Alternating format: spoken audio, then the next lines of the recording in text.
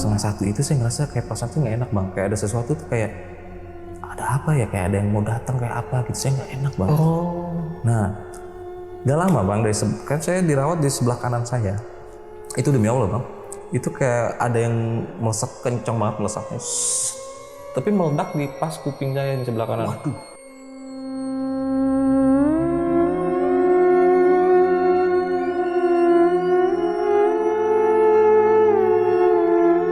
Saya refleks buka mata bang, demi Allah bang, itu yang saya lihat tuh bentuknya peti panjang gitu, kayak kayunya kayak kayu palet gitu bang. Itu kebuka dikit, saya lihat tuh demi Allah bang, ada duit cepean, bukan banyak. Saya nggak tahu itu sisi lain emasnya atau bukan. Sekian detik saya lihat begitu, tiba-tiba nongol nih di belakang si petinya, belakang sini bang, langsung ngerikin saya itu muka pocong bang. Hah?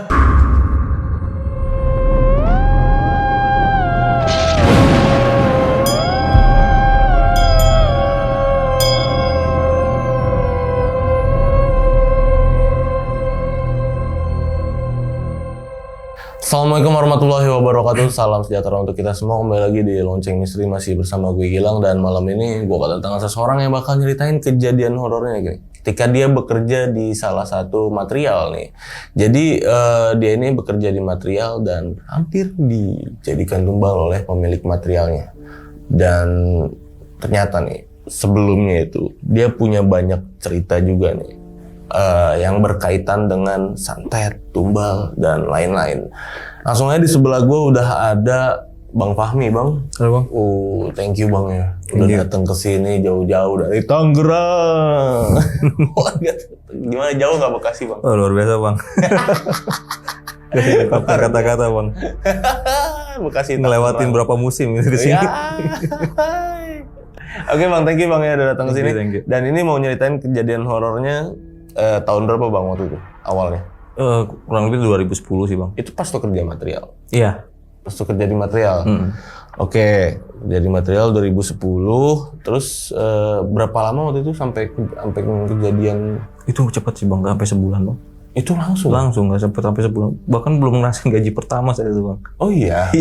Berarti itu memang udah niat sebenarnya. Kayaknya emang nge-hire-nya kayak emang buat nyari buat itu. Kan biasanya kalau kita kan lama ya bang ya, bikin skenario biar gak ketahuan. Ya ini langsung itu bang. Oh gila. Sampai minggu ketiga. Minggu ketiga. Separah apa waktu itu? Parah banget sih bang, sampai di mana tuh saya dikirimin kayak bolham kencang pecah di kuping gitu bang. Anjir. Itu yang nggak tahu bentukannya gimana ya. Yang pokoknya yang saya lihat saat itu, denger dia datang pecah. Ya saya cuma ngeliat beling di atas badan saya. Itu udah masuk rumah sakit ya? Udah masuk rumah sakit. Anjir. Sebelumnya itu jauh sebelumnya bang, sebenarnya keluarga tuh memang udah diserang sama santet keluarga sih bang. Ya jadi berbarengan. Tapi duluan si santet keluarga itu sebetulnya. Kejadian saya tumbal itu memang posisinya di tengah keluarga saya lagi diserang juga. Oh my god. Gitu, jadi ya cukup tertekan juga saat itu sih bang sama kejadian-kejadian itu. Itu komplikasi banget ya? Iya, komplikasi banget. Kejadian horor banyak banget berarti di rumah? Banyak banget bang. Pasti. Udah ngebayangin sih gua. Pasti banyak banget kejadian horor yang dialamin di rumah. Oke, mungkin ditahan dulu bang ya. Untuk detail-detail ceritanya nanti diceritain. Jadi buat sahabat lonceng yang penasaran sama ceritanya Bang Fahmi, wajib banget tonton video ini dari awal sampai habis. Jangan ada yang di skip-skip. Dan buat kalian juga yang di rumah nih, gue mau nginfoin sama kalian kalau kita udah ada Facebook Lonceng Misteri ya. Jadi Facebook asli Lonceng Misteri. Itu linknya ada di deskripsi di bawah video ini. Jangan lupa di like atau di follow ya. Oke Bang Fahmi, ini langsung kita mulai aja ceritanya Bang. Siap bang.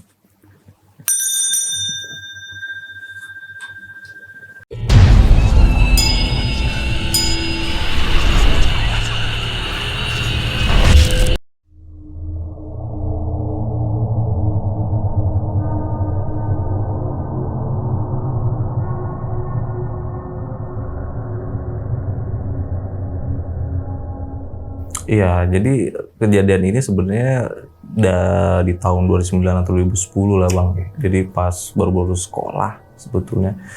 Jadi waktu itu sebelumnya nih saya tarik ke belakang sedikit lagi bang ya. Sebenarnya saya memang pas lulus sekolah itu saya kerja di Tanjung Duren Cafe. Itu sebentar sih 3 bulanan doang lah. Karena mungkin peralihan owner, saya nggak dilanjut, ya udah saya resign saat itu. Habis itu mungkin karena terlalu lama saya nganggur dan ada tunggakan juga, dari bokap tuh ngasih rekomendasi gitu ya, coba deh siapin CV-nya, ada kenalan nih, siapa tuh bisa bantu masukin. Karena memang saat itu saya bisa dibilang ada penguasaan dalam bidang komputer lah. Jadi singkat cerita saya siapin CV, saya kasih bokap langsung ngasih ke temennya itu. Selang beberapa hari itu ada tuh callingan dari si tempat tersebut untuk undangan interview. Di daerah, saya nggak bisa spesifik Bang ya, karena ini tempatnya cukup mencolok, karena terakhir saya kesana 2020 itu masih ada soalnya. Ya di daerah Jakarta Barat juga lah, Kalideres itu.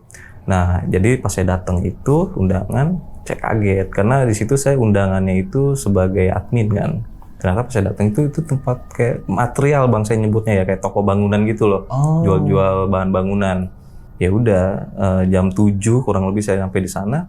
Jam 8 itu kan ownernya tuh datang kan. Langsung interview saya, langsung ngasih tahu apa keahlian saya dan lain-lainnya. Tiba-tiba dia langsung nembak, ya udah kalau gaji segini kamu mau nggak? Oh, saya kaget karena bisa dibilang gaji saat itu yang ditawarkan 2 kali lipat dari gaji saya kerja sebelumnya Bang. Kenapa saya kan berpikir kan, maaf kata ya, asumsinya kan bahwa toko material sebesar apa sih bisa bayar orang gitu kan. Ternyata saat itu bisa 2 kali lipat dari yang saya kerja sebelumnya. Ya saya tambah pikir panjang dong. Saya pikir ya udah oke, saya terima gitu. Ya udah besok bisa mulai kerja. Akhirnya setelah itu saya pulang, besok pagi saya kerja jam 7 tuh emang diminta udah sampai sana, karena kalau bisa sebelum buka toko jam 8 Bang. Jam 7 kita di sana bisa prepare dan lain lah. Hari pertama itu ya nggak ada masalah apapun gitu, kayak biasanya jalan, dan paling PR saya cuma untuk adaptasi kerja aja sih Bang. Karena ternyata memang gaji segitu buat saya sih bisa dibilang worth it ya, karena kerjaan saya merangkap dari yang bikin invoice, dari yang penagihan, cek barang gitu dan lain-lain gitu kan. Jadi bisa dibilang 70% kerjaan di situ bagian saya. Nah, 1 minggu pertama sih aman Bang. Di minggu kedua ini saya tuh di hari Senin itu, nggak tahu kenapa semenjak kerja itu hari Senin, mungkin sugesti saya ya, itu kayak badan tuh kayak gak enak gitu. Sebenarnya secara logika jarak kerjanya itu lebih dekat dibanding yang pertama saya gitu. Berapa menit jaraknya? Dari rumah ke tempat kerja itu nggak sampai 1 jam sih harusnya Bang, 40 menitan. Normal lah ya? Normal lah segitu, cuman memang karena padatnya aja yang bikin capek. Saya masih berpikir positif, mungkin karena jalurnya beda nih sama yang sebelumnya, jadi macet dan lain-lain. Di 1 minggu itu makin kesini kok badan saya makin kayak gak enak gitu kan. Akhirnya di minggu selanjutnya, di minggu ketiga saya kerja Bang, di hari Seninnya itu saya makin gak enak badan. Saya pikir, masa iya sih gitu badan gue tuh kayak gini. Cuma saya pertahan karena saya kan baru di situ. Saya baru kerja dan saya nggak enak, tambah lagi tuh rekomendasi atas teman bokap. Saya ngejaga nama di situ kan. Di sisi lain juga saya termotivasi sama gaji yang ditawarin kan. Dari Senin, Selasa, Rabu, di hari Jumat itu saya inget banget saya udah nggak kuat tuh badan.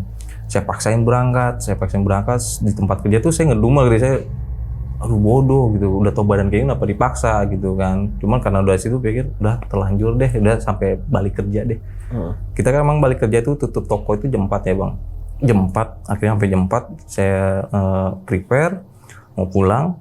Nah pas saya udah mau ambil tas itu, saya mau beranjak dari tempat duduk. Kan ini tempat saya dan ini tempat si encinya, satu lagi, ini suami istri ownernya Bang, si kokonya gitu. Saya mau beranjak, saya mau keluar, si Enci manggil. Mami, sini bentar, dia bilang. Ini bawa nih, dia bilang gitu kan. Itu kresek merah. Yang saya itu kresek merah. Saya lihat kan, itu kalau saya nyebutnya kue mangkok Bang ya. Jadi kayak ada kue gitu yang ada warna-warni itu loh Bang. Ada merah, ada putih gitu loh. Kayak kue gitu. Saya kan tipe orang yang kalau mau makanan itu nggak milih-milih Bang. Apalagi dimakan gitu, badan kecilnya apalagi saya makan gitu kan.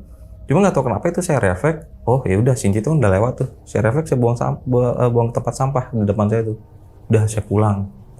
Karena saya memang fokus ke badan saya tuh yang udah nggak enak banget kan. Sampai rumah itu memang saya biasa sampai rumah itu kan menjelang maghrib Bang. Kita kan dari toko tuh jam 4:30, jam 5 lah. Sampai rumah itu biasanya 10-15 menit sebelum maghrib. Ya kan. Sampai rumah saya mungkin karena udah nggak kuat, saya langsung tuh naruh tas selonjoran di sofa ruang tamu Bang. Saya udah nggak kuat tuh saat itu kan, karena dilihat di situ nyokap sama adik saya nggak ada, bokap udah pasti kerja. Biasanya kan nyokap itu suka main di rumah bibi di depan rumah tuh. Cuma saya bilang udahlah, gue tiduran dulu di sini. Tiduran karena badan udah nggak kuat, saya tiduran. Saya nggak tahu kenapa, saya kayak mimpi bang. Itu saya melek lagi. Saya ngeliat tuh kan kalau di atap ruang tamu saya itu kan putih. Saya lihat, apa gue tadi ketiduran gitu. Terus pas saya turunin sedikit pandangan, itu sumpah demi Allah bang, saya ngelihat diri saya, palanya itu di paha nyokap sambil diusapin gitu. Saya ngelihat di situ, loh, gue di situ gitu loh. Di pikiran saya kayak gitu tuh kayak mimpi, tapi kayak punya ini sendiri, pikiran sendiri gitu loh. Itu gue gitu kan. Saya refleks teriak, gue gak mau mati kayak gini, kasihan nyokap gue gitu. Karena saya ngeliat tuh nyokap kayak lagi berkata-kata, tapi nggak denger apa-apa. Saya cuma bisa lihat doang. Gak lama saya kebangun, posisinya persis apa yang saya lihat di saat itu. Saya memang lagi diusapin nama nyokap, di pangkuan nyokap gitu. Ternyata situ udah ada almarhum om saya bang. Ternyata emang almarhum om saya itu udah dimintain tolong untuk datang. Almarhum om saya itu memang dipercaya di keluarga, memang bisa lah gitu kan. Sampai di situ saya emang ngomong ke nyokap, udah mah bawa berobat gitu kan, bawa berobat. Almarhum om saya refleks ngomong gini, nanti aja, masih ada di depan gitu kan. Sambil saya dibangunin gitu, senderan di sofa, saya disuruh minum air dari almarhum itu. Pas almarhum ngomong nanti aja lagi ada di depan, itu saya refleks bang, karena posisinya duduk seperti ini. Ini jendela ruang tamu 2 dan pintu agak sedikit terbuka. Dan itu kayaknya udah lewat maghrib deh kan, udah gelap. Saya lihat kan ke arah luar gini, itu saya lihat ada 5 sosok bang. Tingginya beda-beda, dari yang kecil ceper banget sampai kayak orang, sampai yang tinggi banget. Karena posisinya gelap dan saya lihat dari sela-sela pintu yang kebuka, saya cuma bisa merhatiin itu dia pakaiannya sih kayak nggak tahu ya, kayak model kayak prajurit kerajaan gitu bang, nggak ngerti lah itu pakaian apa. Mukanya sih bukan kayak muka orang, saya nggak bisa gambar kayak gimana lah. Itu bukan muka orang, tapi yang jelas-jelas saya saat itu lihat jelas banget itu kuping, semuanya itu kupingnya panjang tuh, melebihi si kepalanya. Itu mereka berdiri, ada 3 yang bawa tongkat atau tombak, saya nggak ngerti apa itu kan. Saya tahu, tapi saya nggak bisa ngomong apa, cuma saya ya udah, saya palingin pandangan lagi ke depan, saya minum lagi. Nggak tahu kenapa, selang berapa detik di kepala saya itu kayak ada visual pinggir rumah itu ada jemuran bang, ada jemuran gitu kan, soalnya masih kebun ya. Itu saya bilang, kok ada pocong? Saya ngomong gitu, atau almarhum saya, udah biarin aja gitu kan. Tapi memang nggak, kenyataan katanya sih memang situ emang ada pocong, cuma saya nggak terlalu gubris lah. Singkat cerita tuh azan Isya bang, azan Isya, almarhum om itu mungkin izin sholat Isya dulu di rumah, habis sholat Isya, udah ayo, udah nggak ada, kata almarhum gitu. Akhirnya saya dibawa ke rumah sakit, namanya rumah sakit Arya Medika tuh. Dari rumah itu paling kurang lebih 10-15 menit lah bang. Sampai di rumah sakit, dia dapat penanganan, dikasih batuan oksigen, karena memang posisinya udah lemas banget, napas udah sesek, sambil nunggu kamar. Singkat cerita saya dapat kamar. Di saat itu kita belum dapat diagnosa. Kata dokter sih baru antara tipes atau DBD. Ya udah, saya dapat kamar. Saya lupa antara besok atau lusanya, nyokap ngomong gini ke bokap, udah Fahmi resign aja di tempat kerja. Saya kaget dong, kenapa? Orang kan baru kerja gitu, belum menerima gaji pertama, baru di minggu ketiga gitu kan, gak enak banget. Udah gak apa-apa, udah resign aja. Jadi nyokap minta bokap tuh ke tempat kerja buat nyampein bahwa saya itu resign. Ya udah, bokap berangkat. Setelah asar kurang lebih jam 5-an gitulah yang saya ingat, bahwa bokap datang bang. Bokap datang. Itu di kamar saya dirawat itu kan memang kebijakannya kalau masuk lepas alas kaki. Jadi bokap pas mau masuk itu lepas tuh alas kakinya, sambil sepatunya gitu kan, sambil gitu. Saya ngeliat kan, pas saya ngeliat bokap, di pundak kiri bokap itu kayak ada sosok kecil, tapi mukanya yang seperti sosok yang saya lihat yang di depan rumah itu bang. Kupingnya panjang tapi kecil. Dia gelendotan gitu tuh di pundak bokap. Begini. Terus pas bokap buka sepatu gitu masuk, itu makhluk sosok itu turun. Dia nggak masuk. Jadi si bokap udah nyamperin saya masih merhatiin makhluk itu ke ini pintu, ngintip gini aja bang. Saya bilang ini apa gitu kan. Cuma saya kadang berpikir, itu kan saya dirawat ada kurang lebih 3 ya, kalau nggak salah 3 yang dirawat juga kan, nggak mungkin saya ngomongin kayak gitu, nggak enak. Saya dimin aja tuh. Ya bokap nyampe, ya udah bilang resign lah. Setelah itu berjalan seperti biasa. seperti biasa, perawatan seperti biasa. Sampai ada satu momen bang di situ bang. Sampai ada satu momen itu saya memang tiba-tiba di hari itu saya tidur lebih sore. Entah itu habis maghrib atau habis saya lupa, dan saya terbangun tuh kisaran jam 11. Dan itu saya ngeliat nyokapnya yang ngedampingin saya saat itu. Udah tidur tuh di tempat saya dirawat itu, kepalanya begini kan. Ya saya cuman ngeliatin atap doang karena mau nyalain TV saat itu kan nggak enak sama yang dirawat yang lain. Sampai saya lihat jam itu sampai 12:30. Pas 12:30 itu saya ngerasa kayak perasaan tuh nggak enak bang, kayak ada sesuatu tuh kayak ada apa ya, kayak ada yang mau datang kayak apa gitu, saya nggak enak bang. Nah, gak lama bang kan saya dirawat di sebelah kanan saya. Itu demi Allah bang, itu kayak ada yang melesat kencang banget melesatnya, tapi meledak di pas kuping saya di sebelah kanan. Waduh. Itu kalau saya lihat sih kayak posisi bolham, bang tahu lampu bolham nggak? Tapi yang kecil. Nah suara meledaknya tuh kayak gitu. Saya refleks begini kan. Saya teriak-teriak, saya bilang nyokap, bangun ma gitu kan. Ada beling gitu kan. Nyokap bangun, nggak ada. Ada yang di beling, ada, rapiin bersihin, takut kena. Saya saking takutnya jadi kayak nggak ngegubris omongan nyokap gitu. Udah istighfar, enggak ini ada beling ya itu kan. Karena memang parno banget saat itu. Orang saya ngeliat kok itu kencang meledak pas di dekat kuping. Dari mana dia datangnya itu? Posisinya nggak tahu, dia sebelah kanan, dan yang saya tahu itu saya sempat ngelirik gini itu dari nembus tembok juga bang. Itu kayak memang meluncur gitu set, tapi Enggak meledak. dari jendela ya? Enggak, dari arah pintu masuk. Oh oke. Dari situ meledak. Dari meledak itu saya bangun nyokap. Mungkin nyokap juga ikut panik, panggil lah bokap ikut nemenin ternyata, tapi tidur di depan. Bangun, udah ke rumah ini deh, dia diminta untuk ke rumah almarhum om. Saya kurang inget, tapi yang jelas itu kayak jam 2-an lah bang. Saya nggak inget jam berapanya. Ya udah bokap segera ke rumah om tuh untuk minta datang ke tempat. Itu udah berjalan sampai nyokap tuh bacain ayat kursi, niupin ke kening saya, ke ubun-ubun gitu kan. Yang saya ingat itu saya ketidur bang.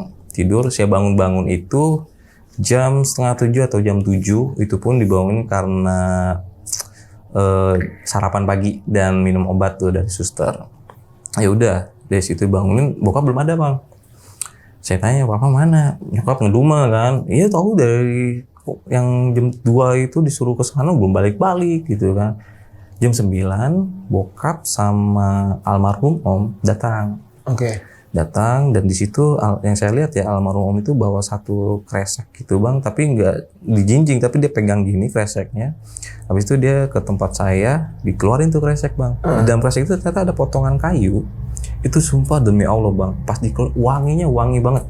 Saya nggak tahu itu potongan kayu apa ya. Wanginya apa waktu itu? Nggak bisa digambarin bang, itu wangi yang nggak pernah saya cium sih. Sampai detik ini saya nggak pernah nemuin wangi itu bang. Tipe aromaterapi atau? Jadi ini lebih kayak, bukan sih, dari kayak wangi-wangi alami dari alam sendiri gitu loh bang. Gitu loh, dia nggak dibuat-buat gimana gitu kan baunya gitu. Tuh potongan kayu itu dicelupin ke gelas air minum saya. Dicelupin, mama bilang gini, kamu minum setiap tenggakan tuh baca bismillah, dibilang kan, minum terus usapin. Udah tuh saya minum, saya ikutin. Nah di sisi lain nyokap nih masih ngedumel nih sama bokap kan, kenapa sih dari jam segini baru datang jam segini gitu loh. Akhirnya almarhum nyamperin lah, ngelerai sambil ngejelasin. Ternyata bokap itu pas sampai teras almarhum om saya itu bang, dia tuh nggak tahu kenapa pas mau ngetok pintu dia tuh ngerasa kayak ngantuk banget. Dia kayak ngantuk banget, nggak tahu kenapa dia tuh kayak udah tidur di situ. Iya. Jadi om saya itu nemuin bokap saya pas ada di terasnya itu pas azan subuh. Oke. Nah, pas almarhum om saya itu mau keluar untuk sholat subuh berjamaah saat itu, dia juga kaget. Loh, kok tidur di sini? Kenapa nggak ketok-ketok pintu gitu kan? Dibangunin, suruh pindah ke dalam. Udah di dalam aja. Mungkin almarhum mau sholat subuh dulu kan. Singkat cerita, habis di situ mungkin disuruh makan dan lain-lain. Om saya nyetuk gini, itu si Fahmi gimana kabarnya? Bokap saya baru notice di situ bang. Oh iya. Bokap saya itu sebenarnya disuruh nyokap tuh ke situ buat nyampein sesuatu gitu. Barulah dijelasin, makanya alasannya kenapa baru sampai ke tempat saya jam 9 siang di situ.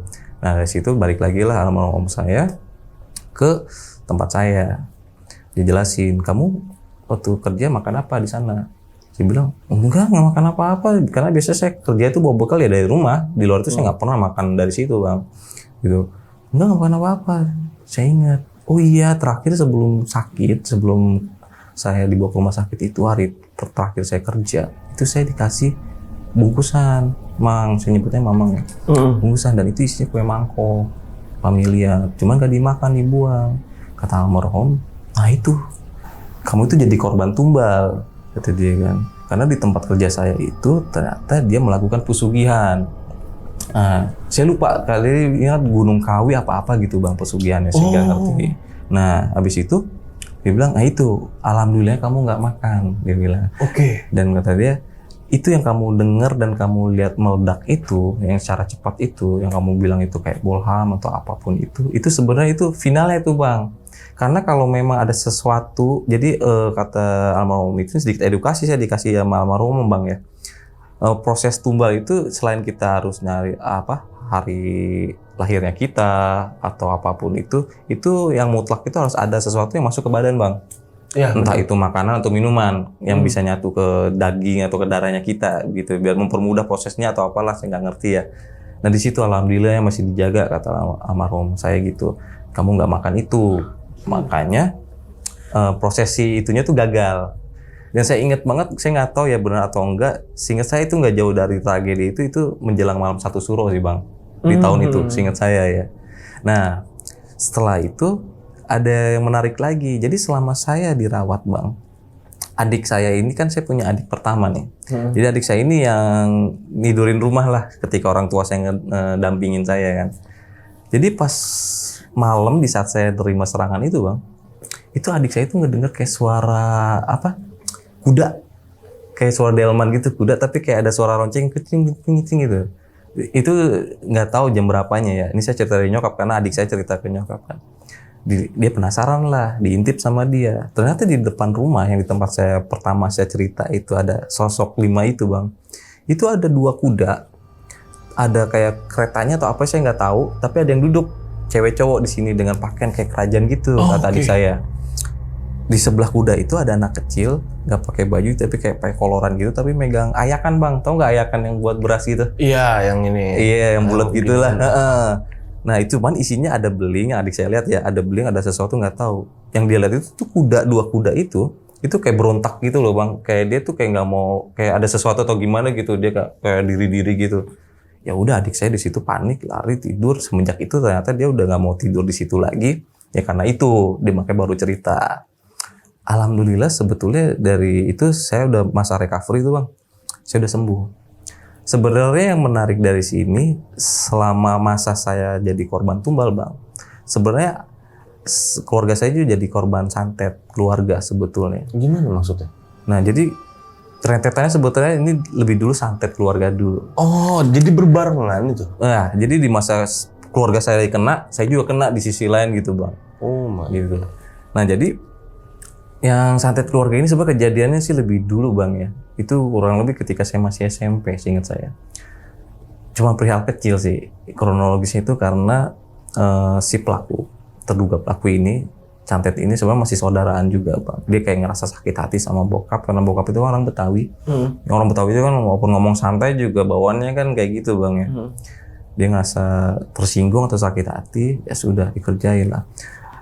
SMP itu memang belum terlalu terlihat sih Bang dampak si santet keluarga ini gitu. Cuman udah mulai, kita bisa dibilang keluarga saya keluarga besar Bang.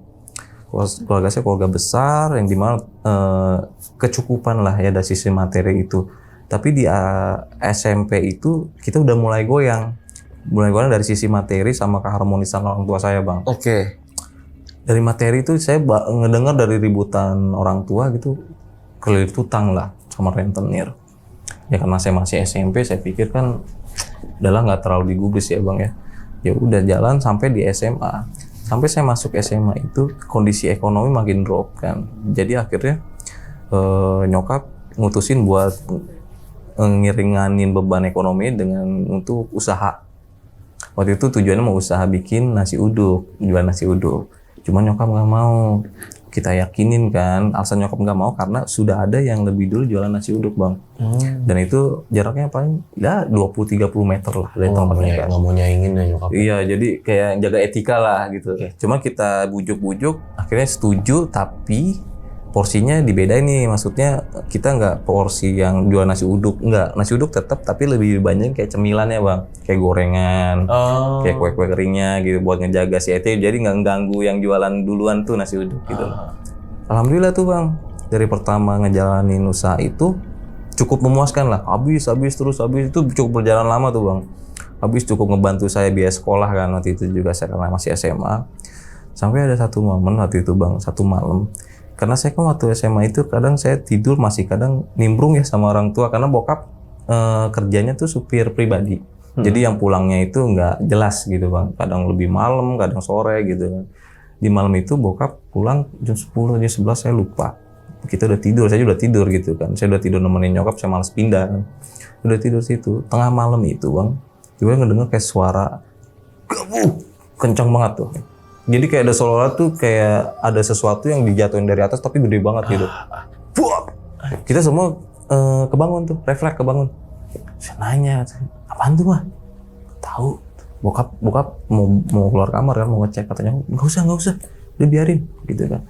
Karena gini bang sebenarnya, nyokap itu sebetulnya dia setiap tengah malam tuh kebangun memang. Tapi kebangunnya itu kadang karena mimpi. Jadi nyokap itu sebetulnya sebelum kejadian yang ambruk itu bang, nyokap itu selalu mimpi. Jadi dia ngigo bang. Kalau ngigo itu kan cuma dari mulut ya. Nyokap itu sama ada gerakan, tapi dia ada kalimat keluar. Ini konsisten kalimatnya bang. Takut dilemparin batu ada api. Gitu. Tapi dia sambil begini bang, sambil kayak ngehindar gitu loh. Ada gerakannya juga gitu loh. Itu setiap hari. Dan konsisten itu pasti di atas jam 1 aja, begitu mulu bang. Itu kan saya bangunin tuh, bangun. Cuma saya nggak pernah nanya gitu namanya ngigo, tapi ini konsisten tuh. Itu nggak ada jeda bang, setiap hari tuh ngigo begitu mulu, dilemparin batu api gitu kan. Sampai yang tadi saya bilang kita dengar gabruk itu, katanya udah nggak usah.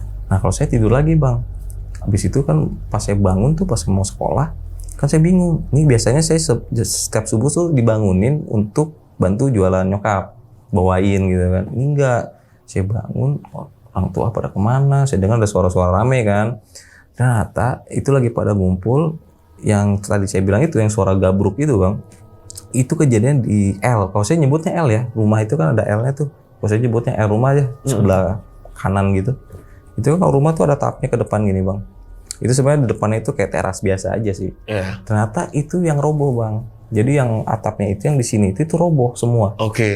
Namanya roboh kan logikanya pasti ada satu faktor, antara mungkin ada yang jatuh dari atas atau memang karena faktor si kondisi konstruksi bangunannya mungkin ya. Udah nggak ini ya, udah nggak bagus. Tapi kan itu rumah sebetulnya dibangun nggak lama semenjak nyokap merit sampai saya kejadian itu kan cuma hitungan berapa tahun sih bang?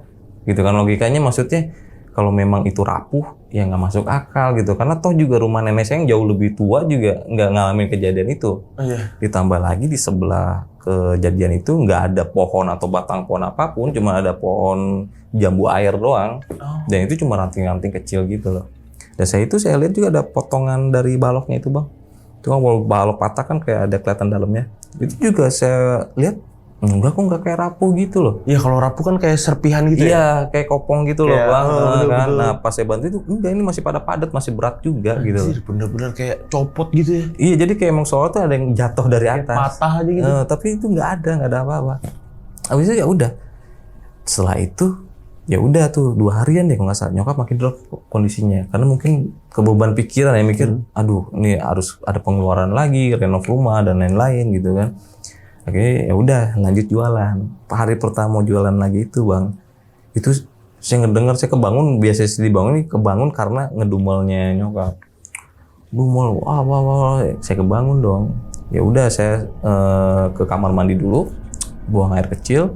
Habis itu saya nyamperin nyokap kan, apaan sih mah? Ngapain dumel gini, ganggu orang gitu. Bahasa Sunda bang, ingat banget saya kalimatnya. Yu jurik sialan yu, nyiduhan jualan aing. Jadi artinya, ini setan jalan banget sih ngeludahin dagangan gua.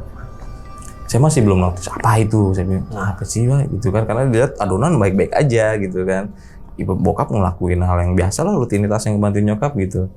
Ya saya inisiatif, saya lihat tuh yang bagian nasi uduknya bang, Pak itu.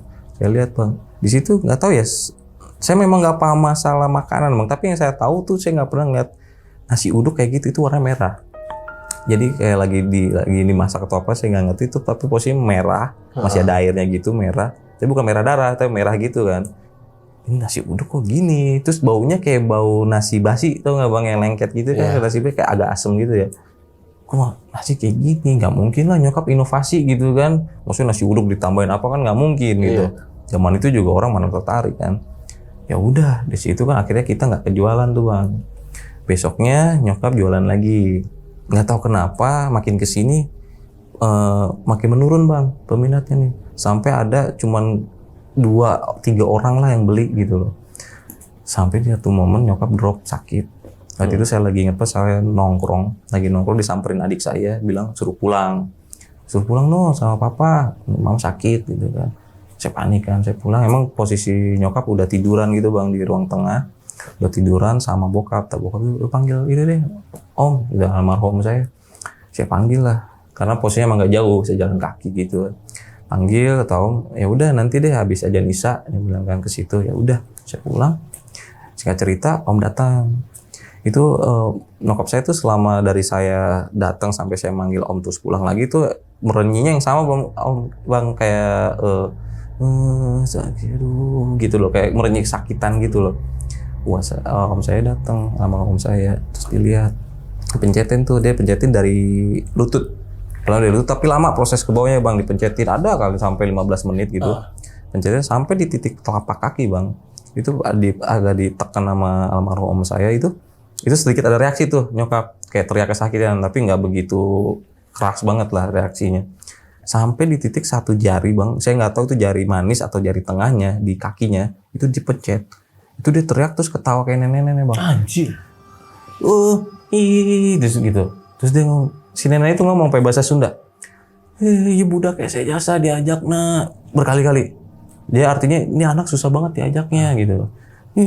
Gitu kan. Om saya juga merespon gitu, maksudnya ya udah sih ngapain diajak, anak lu bukan gitu loh, lu pergi aja sih, nggak usah bawa orang gitu kan. Gitu nggak lama udah nyokap diem tuh. Habis itu dibasuin kayak air apa nggak tahu, saya dibasuin, nyokap bangun suruh minum lah bang, suruh minum, ini udah biasa aja gitu. Kan biasanya kita jualan ya bang, jadi selama nyokap abis drop itu ya 2-3 hari lah baru mulai membaik gitu. Oh berarti emang sakitnya dropnya bukan medis ya? Kayaknya, emang karena langsung, memang sembuh langsung baikan kan? Iya, om datang itu. Walaupun dia memang nyokap kan dari riwayat medisnya tuh ada darah tinggi bang. Jadi kan, tapi kan maksudnya ya mana ada sih sakit yang tiba-tiba langsung signifikan gitu ya. Sembuhnya, bukan sembuh sih, maksudnya lebih baiknya gitu kondisinya. Saya nanya ke nyokap, mah kok nggak jualan dulu, kenapa? Saya bilang gitu. Enggak lah, malas ngeladeninnya. Nyokap bilang gitu. Ya udahlah, saya cuma mikir ngeladenin apa, saya nggak ngerti gitu lah. Singkat cerita, ada satu hari kita lagi ngumpul keluarga, ngobrol lah masalah itu. Nyokap ngomong, males kata dia. Jadi nyokap saya itu semenjak sebelum sakit itu bang, dia tuh sebenarnya udah ngeliat. Semenjak yang si nasi uduk yang saya bilang warna merah itu kan kita jualan nasi cuman menurun tuh penjualannya. Itu tuh sebenarnya nyokap setiap datang ke tempat jualan itu di mejanya itu bang, di atasnya itu banyak bangkai monyet. Dia nyokap tuh yang ngeliatnya ya. Kalau saya sih enggak, karena saya juga bantuin juga, tapi saya ngeliat apa-apa gitu. Nyokap itu banyak bangkai monyet, dia bilang. Nah kita nggak ngerti kan itu apa kan. Ya udah, singkat cerita saya itu lulus kan, akhirnya saya yang kerja yang tumbal itu. Nah, saya selesai dari tumbal, saya sehat. Saya kan sempat nganggur cukup lama bang. Akhirnya saya apply kerjaan, saya dapat panggilan daerah Jakarta lagi, Jakarta Barat. Ya udahlah, karena saya di situ udah berpikir bahwa gue mau bantu keuangan orang tua nih, gitu kan. Benar-benar udah niatnya tuh buat ke situ gitu. Gue mau kerja benar. Alhamdulillah saya udah interview di situ walaupun belum tahu hasilnya. Sampai saya di pas ajan asar saya bilang udah gue mau numpang sholat asar dulu gitu kan di salah satu masjid tuh bang. Habis sholat asar di pelataran masjid itu saya mikir gue sebat dulu deh gitu kan. Saya sebat habis pakai sepatu gitu di teras masjid kan. Saya ngerokok, baru berapa isepan tiba-tiba ada bapak-bapak bang. Saya ngasumsikannya itu kayak polisi ya, karena saya cuma lihat sekelas tuh seragamnya coklat gitu bang. Oke. Mas nitip bentar ya, karena saya lagi ngerokok gini, dia narik tangan saya, Mas nitip bentar ya, mau sholat dulu, dia bilang gitu kan. Nitip itu yang titipan dia, saya nggak lihat, saya begini doang. Apaan tuh? Saya belum tahu tuh bang. Dia bilang kan mau sholat tuh, ya udah sholat. Karena pikiran saya mumet dengan urusan keluarga kan. Saya fokus ngerokok aja, nikmatin rokok tuh. Ngabisin rokok paling berapa sih bang? 15-20 menit lah ya, paling lama. Rokok saya habis, saya baru lah. Iya ini orang tadi nitipin ini, orangnya kok nggak nongol lagi ya? Saya lihat ke belakang ke masjid, itu ternyata pintu masjid udah dikunci bang. Oh. Kan bingung maksudnya, ini orang lewat mana? Kalau maupun lewat pintu samping, kok dia lupa nih yang dititipin ke gua gitu loh. Sampai buka sepatu lagi, saya nengok ke dalam, itu udah nggak ada siapa-siapa, udah gelap di masjid itu. Ya udahlah, saya refleks. Saya bukan udah sore kan, saya masukin kantong, saya pulang. Dari kejadian itu sekian hari, seminggu, sampai saya lupa tuh ya di kapan. Nyokap tuh sharing, katanya suka dimimpiin sosok bapak-bapak, ya nggak tua-tua banget lah, cuman kalimatnya sama, mimpinya sih nggak konsisten setiap hari bang, cuman sering gitu loh. Yang nyokap ingat tuh bapak-bapak tuh selalu ngomong gini, gerak adieu cepet kesini gitu artinya kan, mimpinya tuh selalu ngomong begitu. Saya langsung nggak tahu, tiba-tiba mikir apa yang ini ya, ada hubungan nama yang dititip ini, kertas ini gitu loh.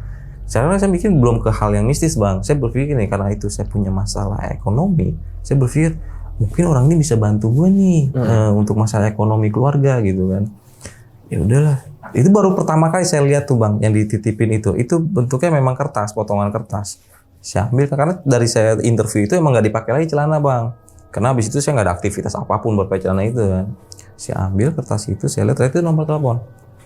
Ya nomor telepon. Karena zaman itu saya belum megang namanya Android bang. Baru handphone jadul. Ya udahlah nomor telepon gitu kan, saya masih nutupin niat lagi buat menghubungin. Udah, cuma nggak tahu makin kesini kok saya kayak kepanggil buat menghubungin tuh nomor, penasaran gitu. Karena di sisi lain juga saya takut nih nomor apa, karena kan asumsinya tadi saya bilang ini polisi yang nitipin nih gitu, walaupun tahu benar atau enggak gitu kan. Iya loh, pikiran udah kemana-mana nih. Iya kalau namanya polisi kan saya mikir, aduh jangan gue terlibat apa gitu. Ya udah, saya beraniin diri, deh coba deh buat telepon. Tapi sebelum telepon waktu itu saya cerita ke nyokap, Mah, Fahmi pernah dapat ini ditipin nih, gitu. Ya udah, coba aja, kata nyokap. Telepon, siapa tahu bisa bantu. Karena emang kita udah hopeless banget bang, udah mentok karena saat itu kita satu-satunya pilihan buat nyelesain nama rentenir itu ngejual rumah. Karena ya udah nggak ada aset apa-apa lagi kita gitu, nggak ada tabungan, nggak ada apa. Cuma kan kita nggak mau. Lama yang saya bilang namanya keluarga besar itu kan bang, ada gengsi tersendiri ya gitu. Apalagi kalau sampai ngejual aset rumah itu kayaknya aduh bakal jadi borok banget gitu di keluarga besar. Udah saya berani, saya telepon bang, ngangkat tuh, Assalamualaikum, suaranya masih suara kayak bapak gitu seger. Ya ini siapa kata dia gitu kan. Oh iya, saya jelasin. Oh iya, saya dapat nomor ini. Saya ceritain kronologisnya dari bapak ini, nggak tahu bapak ini kayaknya lupa deh pak. Ini nomor siapa ya? Kata dia, oh ya udah kesini aja. Dikasih tahu tuh alamatnya. Kita catat manual bang, kampung ini, kecamatan ini, RT ini, namanya Abah inilah. Di gitu. daerah mana? Daerah Kabupaten Tangerang juga lah bang. Oh masih Kabupaten Tangerang. Cuma cukup jauh dari tempat saya tuh. Bisa sampai 40 menitan juga lah ke situ. Itu cuman namanya saya bisa samarin ya. Maksudnya nggak bisa sebutin lah. Abah ini. Oh ya udah. Tapi kita nggak langsung berangkat ke sana. Karena cuma saya jelasin nyokap begini-begini. Cuma makin kesini kok mimpinya makin sering bang, yang bapak-bapak itu sama persis. Kata nyokap tuh pokoknya pakai batik, celana bahan hitam, kopea, ngomongnya gitu mulu. Diem ngomong gerak dia gitu kan. Akhirnya kata nyokap, itu kali coba yuk ke sono. Karena saya kan masih belum menerima hal mistis sama logika bang. Kalau nyokap kan memang selalu menerima hal kayak gitu, jadi disangkut pautin mulu nih sama dia gitu. Mungkin ini kali bantuan dan lain-lain gitu kan. Ya udahlah, saya bilang kan namanya juga penasaran, nggak ada salahnya juga nyoba. Karena kita mikirnya jauh juga nih, kalau umpama hasilnya jong ya udah jangan kecewa gitu kan. Akhirnya cerita satu hari itu kita udah nentuin habis zuhur kita berangkat bang. Kita berangkat karena saat itu saya nggak megang handphone Android yang saya bilang ya, jadi manual banget nih, saya nanya sampai di satu titik di mana itu RT RW-nya, itu nama kampungnya. Itu udah jam 4, jam 5 lah gitu. Cuman di situ itu kita stucknya yang saya inget itu kayak kebon terus kanan kiri itu sawah, tapi itu ada akses jalan itu ya, kalau dilihat tuh emang kayak dijadiin akses utama warga kayaknya bang, tapi saat itu nggak ada yang lewat. Saya puterin bang, tahunya muter, maksudnya muter gitu ngikutin jalan ya, maksudnya ada nggak sih bapak ini, mau ditanya ke orang juga nggak, kita nggak nemuin orang saat itu. Ada 4 kali kita muter bang sampai ke posisi kita berhenti di awal itu. Udah itu dengar sholawatan mau maghrib ya. Dia bilang udah lama emang nggak ada kali gitu kan. Udah abis maghrib aja deh kita balik, kita nyari masjid maghriban dulu gitu. Pas mau saya mundurin motor gitu kan mau muter balik, tiba nongol bang dari sebelah kiri tuh dari arah kebun itu. Kayak anak muda lah manggil. Dengan saha kata dia. Nyari siapa? Oh iya. Ini nyari ini nih, abah ini. Ih, itu mah bapak saya. Gitu. Oh, rumahnya di mana ya? Itu ditunjuk. Itu saya nggak ngeliat rumah, berarti rumahnya emang ada di situ. Jadi kita 4 kali muterin sampai kita berhenti di situ ngobrol sama nyokap itu kita nggak ngeliat itu rumah. Tapi pas ditunjukin nama si anak itu, oh itu ada. Saya sama nyokap tuh udah lihat-lihatin, nggak tahu. Kita udah diem-dieman gitu, nggak enak juga ngomong gimana ya. Udah deh kita lihat ke situ kan, ya udah ya ke situ aja kata dia gitu kan. Mungkin saya pikirnya nih anak muda mau ke masjid mau sholat gitu kan. Ya udah samperin, ternyata di depan rumah itu ada satu kayak bangunan itu kayak musola sih bang. Kita maghriban di situ lah, saya sama nyokap maghriban di situ. Kita tungguin lah di musola itu. Lumayan lama bang, itu maghrib jam 6-an lah sampai jam 7 kurang itu. Oh ini orang nggak ada. Yaudah daripada sia-sia, udahlah samperin aja ke rumahnya gitu. Emang rumahnya depan situ kan. Ya udah samperin lah, kita ketok-ketok, Assalamualaikum. Nongol tuh. Oh iya, saya bilang nanya abang. Iya itu saya, ternyata itu si abah yang kita cari gitu loh. Oh ya udah, kita suruh masuk karena pas azan isya si abah itu minta izin sholat sebentar. Ya udah kita ngobrol-ngobrol, selesai sholat si abah langsung depan kita tuh ngobrol. Jadi apa masalahnya? Dia langsung ngomong gitu. Masalah apa? Kalau kita belum cerita apa bang saat itu, jadi kita baru mau ngejelasin gitu loh bahwa nomor ini begini-begini gitu. Jadi masalah apa? Oh ya karena saya mikir ini mungkin orang asal nebak atau apa kan, tetap saya jelasin tuh bang kronologisnya. Udah nggak usah dipikirin itu mah, dia bilang jelasin aja urusannya apa. Jadi nyokap itu yang cerita tuh saat itu. Jadi bah begini kita punya urusan begini-begini, kita udah nggak tahu nih harus gimana gitu loh. Oh gitu kata dia kan. Ya udah. Itu si abang ngomong gini bang. Ternyata si abah itu dia tuh kayak nggak tahu ya bahasanya apa ya bang, cuman dia memang kayaknya tuh spesialis atau apa untuk ngebantu orang yang kelilit dalam sisi materi ya gitu loh. Jadi sebelum ketemu kita si abah itu jauh ke belakang itu ada orang memang datang dengan kronologis yang sama bang seperti saya, cuman mungkin beda alur sedikit aja ya, datang ke tempat beliau minta tolong dibantu sama beliau. Jadi si orang tersebut itu punya hutang juga sama gitu, dibantu sama beliau, ada amalan-amalannya. Singkat cerita dapatlah jalan keluarnya dari amalan itu. Nanti akan saya ceritain nih prosesnya. Dapatlah yang dia tuju, bahwa dia punya hutang 300 juta gitu umpamanya. Dari hasil yang dia dapetin itu nggak, komitmennya bang ya, itu nggak boleh lu pakai seperak pun di luar kebutuhan hutang. Kalau lu pakai seperak pun, itu dampaknya itu bukan ke si orangnya bang, nggak ada yang mati nggak, tapi ke si abahnya ini. Jadi si abahnya itu kayak kena sanksi gitu loh. Oke. Gue nggak ngerti sanksi apa ya. Ini mah mungkin historinya dia ke belakang gitu. Kita jelasin. Jadi si abah itu bilang, oh ya udah karena saya sebelumnya saya masih dalam masa kayak nggak bisa bantu secara langsung, saya kasih unjuk deh ininya nih amalannya tuh. Dikasih tuh, emang nyokap itu kan ngerti bahasa Arab ini ya, kayak Arab gundul gitu bang. Ya kan ditulisin tuh sama dia tuh, udah malin ini aja setiap habis sholat malam. Ya udahlah singkat cerita kita pulang bang. Kita pulang bulan pertama, bulan kedua, sampai bulan ketiga itu kita nggak ada hasil. Tapi itu nyokap tetap optimis tuh, konsisten. Kalau malam, kalau saya kadang-kadang ngedampingin. Sampai ada satu momen bang saat itu bang, ini yang epicnya sih buat saya pribadi ya. Jadi pas saat itu saya kan posisinya di ruang sholat itu, saya di depan, nyokap di belakang. Jadi kita ngamalin dalam kondisi ruangan itu gelap, gitu kan, biar fokus lah. Kita amalin. Itu nggak tahu tiba-tiba depan saya itu kayak ada suatu kayak bentuknya kayak peti bang, tapi kayak jatuh. Tiba-tiba? Iya. Sih. Itu kan karena kita lagi ngamalin kan posisi kan nggak melek bang. Kita kan merem kan gitu kan, ngamalin merem gitu kan, wiritan jikir gitu. Jatuh, buah. Saya refleks buka mata bang. Demi Allah bang, itu yang saya lihat tuh bentuknya peti panjang gitu, kayak kayunya kayak kayu palet gitu bang. Itu kebuka dikit, saya lihat tuh demi Allah bang, ada duit cepean, gempokan banyak. Saya nggak tahu itu sisi lain emasnya atau bukan. Sekian detik saya lihat begitu, tiba-tiba nongol nih di belakang si petinya belakang sini bang, langsung ngerekin saya itu muka pocong bang. Hah? Ketawa gitu, sumpah. Gue dari situ, gue refleks mundur, gue lari keluar dong. Gue bangun bawa pocong di mana? Itu di kamar sholat. Mau mana? Ya di situ, gue bilang kan. Buka bangun, nyalain lampu.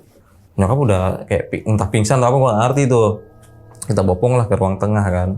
Kita bikinin air gitu kan sambil dipicetin. Nah mau nyokap bangun. Tapi keadaan kayak keadaan linglung bang.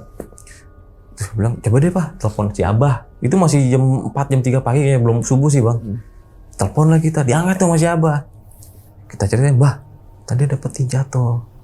Di situ kami lihat tuh ada duit di depannya.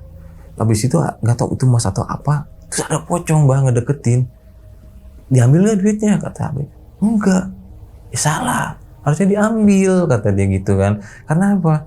Ya itu sebenarnya hasil dari kita usaha kita ngamalin itu sebenarnya itu, cuman yang jadi masalah yang ngejagainnya ini bentukannya seperti apa, si Abah ini nggak bisa ngasih tahu bang. Oke. Karena bentuknya berbeda-beda kata dia, jadi dia nggak bisa ngasih tahu kisi-kisi di awal gitu loh. Makanya kita kaget ketika yang nongolnya ada yang ngejagainnya modelnya begituan. Kayak ada yang jagain itemnya gitu ya. Iya, lu kalau mau ngambil ya itu lu harus lewat itu dulu. Sebenarnya katanya ambil aja, cuma itu nggak apa-apa. Cuma kan dengernya enteng bang.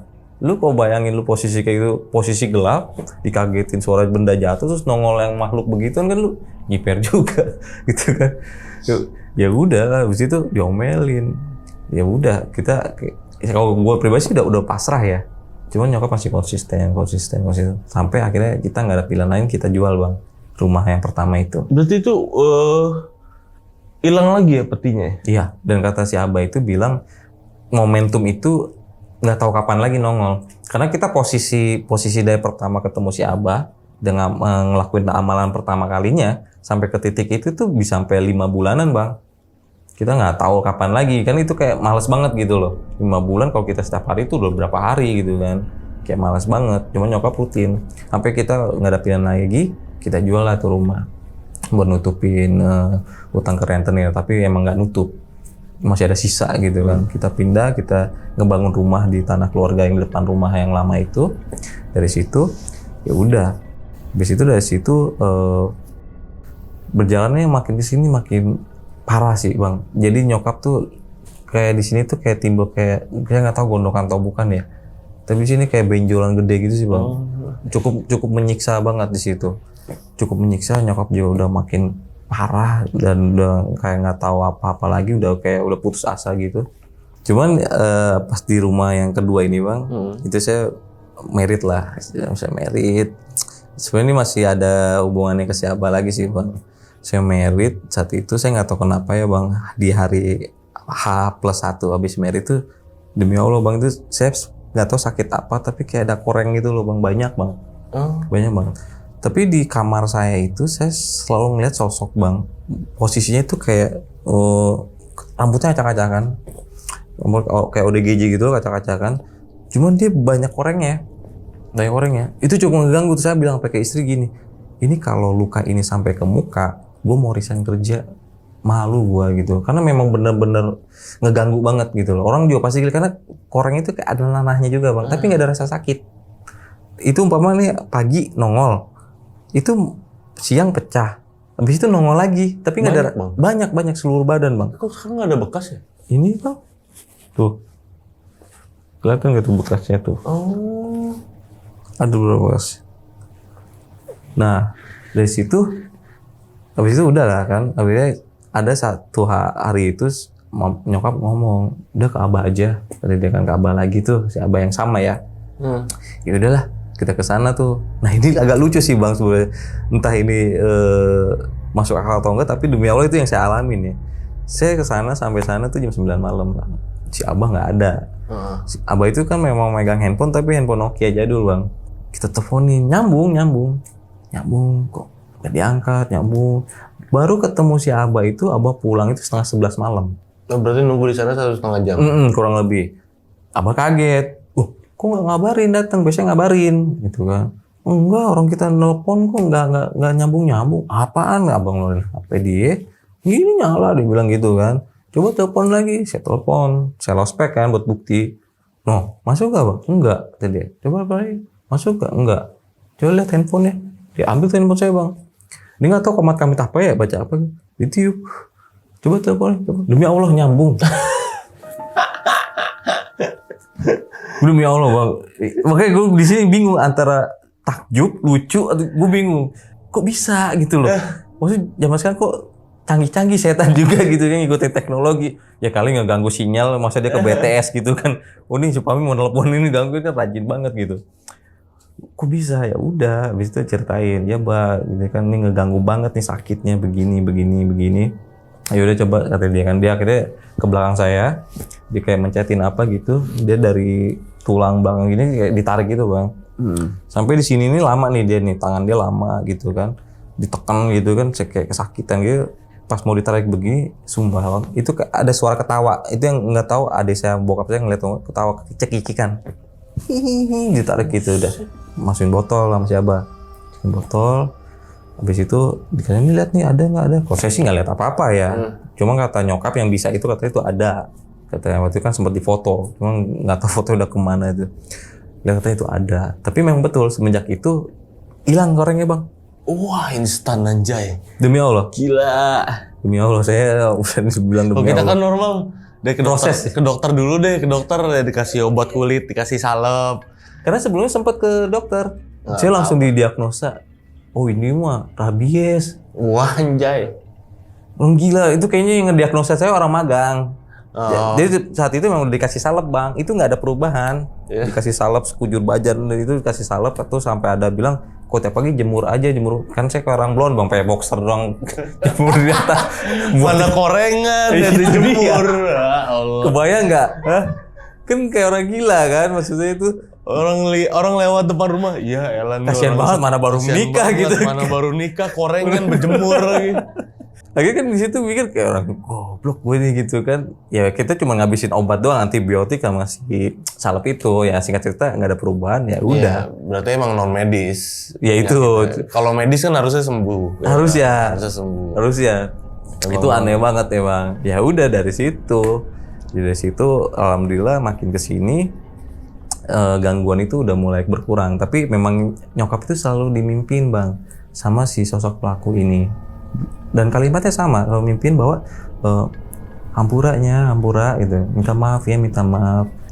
Jadi kalau ditarik ke belakang lagi itu si pelaku ini dulu merasa sakit hati karena waktu itu ada bokap sama si pelaku ini kayak matokin tanah gitu dari pagar kayu bambu gitu bang. Bokap negur, cuman dengan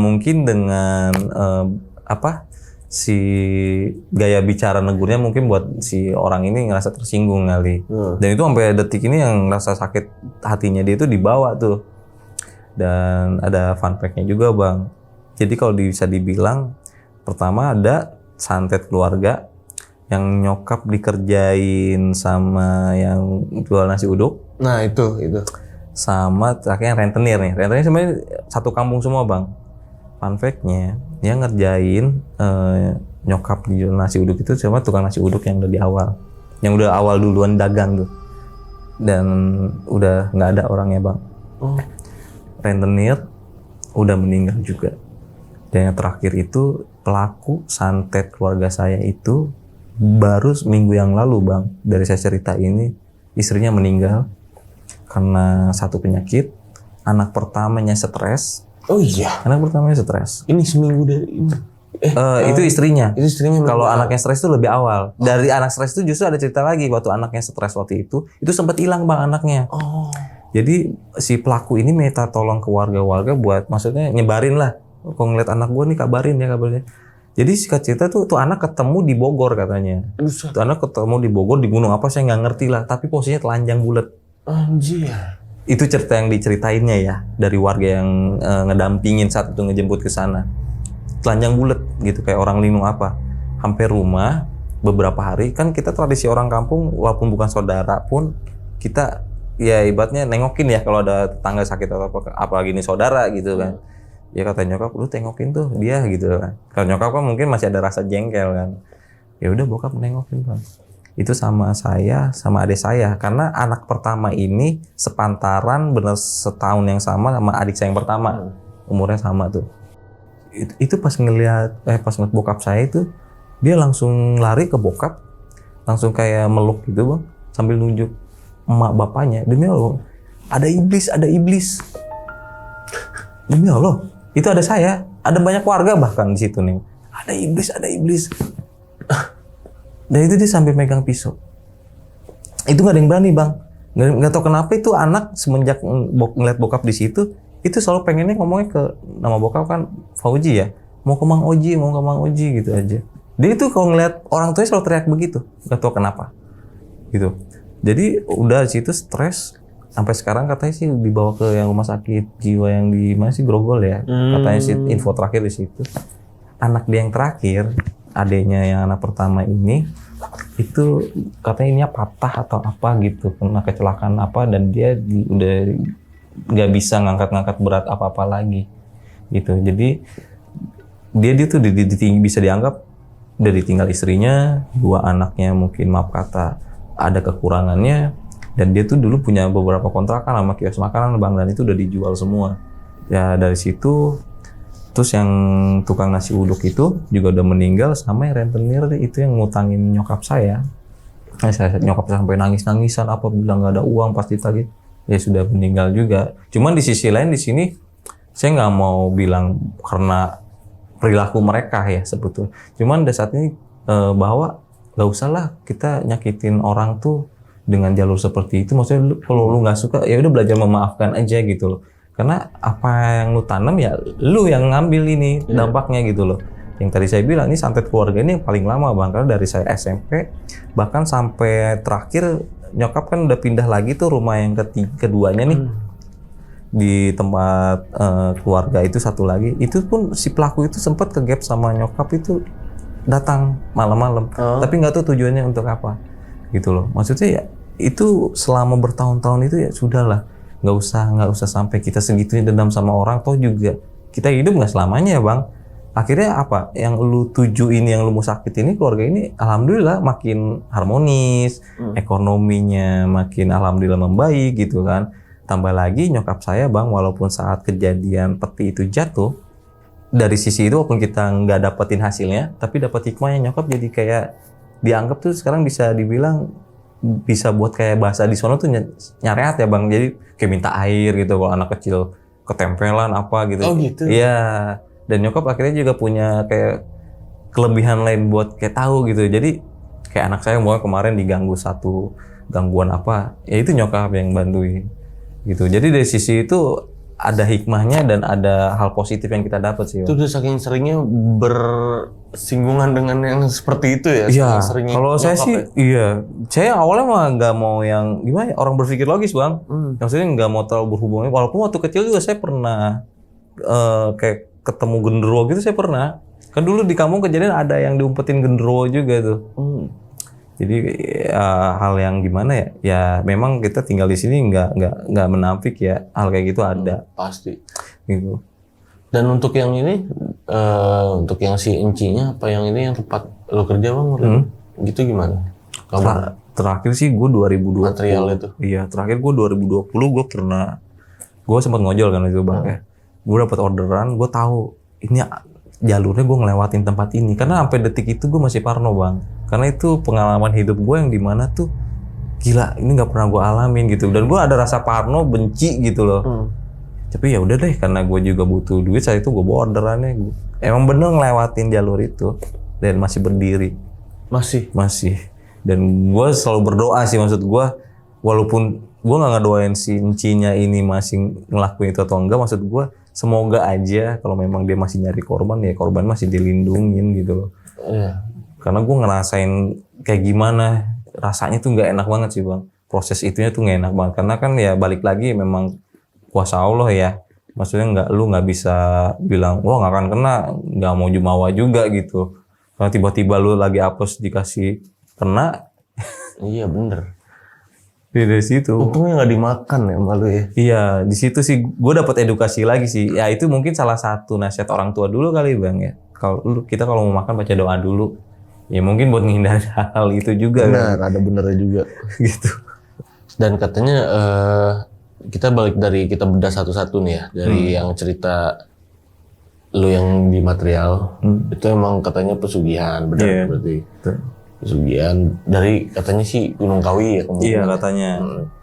Oke, terus kedua berbarengan nih berarti bahkan sebelum lu kerja keluarga lu udah sering kena udah sering kena dari yang itu tadi saudara ya kan. Terus abis itu dari nasi uduk. Iya, betul jual nasi uduk. Bener kan? Betul. Abis itu nasi uduk kan. Nasi uduk itu karena nggak seneng nih si yang jualan. Ada saingan nih. Akhirnya mereka pakai jalur itu. Kenapa ya? Persaingan bisnis harus pakai kayak gitu-gituan tuh kenapa? Soalnya balik lagi ke pola pikir sih Bang ya. Mungkin karena itu lingkungan kampung ya. Maksudnya itu kan nasi uduk gitu ya, udah aja gitu. Iya, betul sih. Kayak kita ya, kalau kita konsumen kalau kita udah cocok ke yang ini maupun ada 2-3 nasi uduk, ya kita pasti bakal lari ke sini dong gitu ya. Kalau memang udah dapet gitu rasanya atau memang udah langganan gitu. Cuma nggak tahu memang kalau di tempat saya itu ya gitulah Bang. Karena dulu saya saya resign kerja itu saya usaha. Itu nyokap kan udah bisa tuh yang begitu-gitu Bang. Saya buka usaha aksesoris handphone. Cuma kan saya butuh toko offline karena tujuannya kan buat memastikan yang online beli jauh tuh tahu kita ada toko offline-nya sebetulnya. Itu sama nyokap dia bilang, nih pel konternya, dia bilang gitu. Konternya cuma diperuntukkan saya cuma jualan pulsa, gas sama apa sih galon air itu doang. Fokusnya saya itu di online sebetulnya. Terus saya bilang ke nyokap, ngapain? Yang ngirimnya aja belum. Udah tau kita jualan online. Lu mau ngirim ribuan orang jin begini sini juga nggak ngaruh. Ya kan kita jualan di online kan. Logikanya gitu dong. Gua kita punya toko di Tokopedia ya. Terus dia naro begituan di toko kita. Iya, ngapain orang gua jualan di Tokopedia? Iya dong. Iya gak sih? Kan logika gua gitu Bang. Tapi gua ngomong ke nyokap, ngapain nggak usah biarin aja dia mau ngirim mau raja jin ke sini ya percuma. Orang gua jualan di Tokopedia mau di Bukalapak waktu itu. Terus terakhir rentenir kenapa ya? Sebabnya kenapa dia bisa segitunya? Sebenarnya sih padahal kan dia yang emang dia nagih kan maksudnya dia nagih tapi kan nggak ada cara menagihnya itu kan sekarang kadang sampai detiknya masih kalau nginget masih benci banget sih Bang kalau dia masih itu pengen ngajakin ngepet gitu maksudnya kan saat itu kan gue masih sekolah ya cara menagih itu sampai kan gue berkali-kali lihat nyokap tuh nangis dengan cara penagihan karena kalimatnya itu dalam bahasa Sunda kasar banget Bang gitu maka di situ nyokap benar-benar termotivasi pengen cepet dikelarin gitu sama nih orang. Dan terakhir Abah nih kita bahas Abah ya. Abah ini kan berarti sebenarnya udah nanya nggak sih nyokap sebenarnya Abah kok bisa datang ke mimpi mulu kan sebelumnya nyokap udah dimimpin Abah mulu kan tadi kata Abang kan. Kalau untuk itu sih nggak tahu ya Bang. Tahu ya? Tapi memang Abah itu pernah ngomong gini yang saya cerita kronologi saya dapat kertas itu. Memang Abah tuh kayak maksudnya kayak gimana sih? Kayak pesuruh atau apa gitu loh. Jadi memang nanti tuh yang milih nih orangnya ini tuh bukan dari si Abah aja orang itu. Jadi itu kesimpulannya ya si orang yang tim kertas itu bukan orang. Yang ngasih lu kertas itu bukan orang. Dan itu emang apa sih skemanya itu sama Bang. Selalu dititipin seperti itu dengan alur yang berbeda ya. Kalau saya kan pas mau di masjid dititipin gitu. Jadi kan. Abah ini memang nyari juga sebenarnya, nyari orang yang kelilit utang. Iya, tapi dia nggak mau direkomendasiin Bang. Dia tuh pengen yang datang ke dia tuh ya seperti saya nih, dapat nomornya dari cara seperti itu gitu. Jadi nih abang punya masa yang sama, saya rekomendasi ini ke sono, bisa dia nggak akan mau Bang. Dia nggak akan mau. Dia yang milih ya? Iya, dia pokoknya nggak mau. Makanya dia bisa ngurusin satu orang, ngebantu satu orang itu bisa tahunan. Gitu. Karena emang dia bukan nyari duit di situ Bang. Kita kalau ngasih duit datang ke sana gitu silaturahmi, kita bawa tuh dia nggak mau. Lebih baik maksudnya bawa makanan. Kata dia gitu? Dia kok uang nggak mau. Uang nggak mau dia. Memang hidupnya sederhana banget loh. Masih ada sekarang? Masih ada. Kita masih jaga silaturahmi. Masih ada. Oke, sahabat lonceng, itu tadi cerita dari Bang Fahmi tentang kejadian horor yang dia alami nih selama hidupnya dari waktu SMA Bang ya. Iya. Dari waktu SMA sampai mungkin sampai saat ini. Ah, Nah, jadi buat sahabat lonceng yang udah nonton video ini dari awal sampai habis, gimana pendapat kalian? Jangan lupa tulis di kolom komentar. Kalau kalian suka sama video ini, jangan lupa kalian like videonya. Kalau nggak suka ya udah ditekan aja tombol dislike-nya. Dan mau ngucapin banyak terima kasih sama Bang Fahmi. Bang, thank you banget ya. thank you Bang. Thank you Bang udah datang ke sini dari Tangerang jauh-jauh buat nyeritain ini sama sahabat lonceng. Thank you banget. Dan yang pengen jadi narasumber juga datang langsung nih ke studio Lonceng Misteri sama seperti Bang Fahmi. Caranya gampang banget, kalian bisa ke Instagram kita dulu di @loncengmisteri. Jangan lupa di-follow dulu Instagramnya, lalu klik link yang ada di bio Instagram kita itu ya. Akhir kata gue Gilang izin pamit, Bang Fahmi juga izin pamit. Bye-bye.